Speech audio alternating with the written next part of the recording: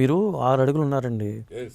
సినిమాలో నటించారు, Yes. Villain లేరు మనకి, విలన్ పాత్ర చేయొచ్చుగా మీరు. చేస్తాను సార్.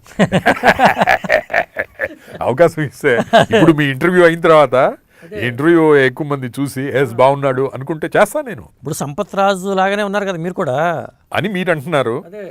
జనం అనుకోవాలి కదా, డైరెక్టర్లు అనుకోవాలి కదా, ప్రొడ్యూసర్లు అనుకోవాలి కదా. అని మీరు అనొచ్చుగా డైరెక్టర్ గారితో, ఏమని మెగా రమేష్ గారు నాకు ఇవ్వండి విలన్. అదే అదే ఆయన కనిపించాలిగా. అదే, అంతేగాని మీరు అడగరు. నేను అడగలేను సార్. అదే ఏదో అదేంటంటే అదే మీకు చెప్పింది నేను.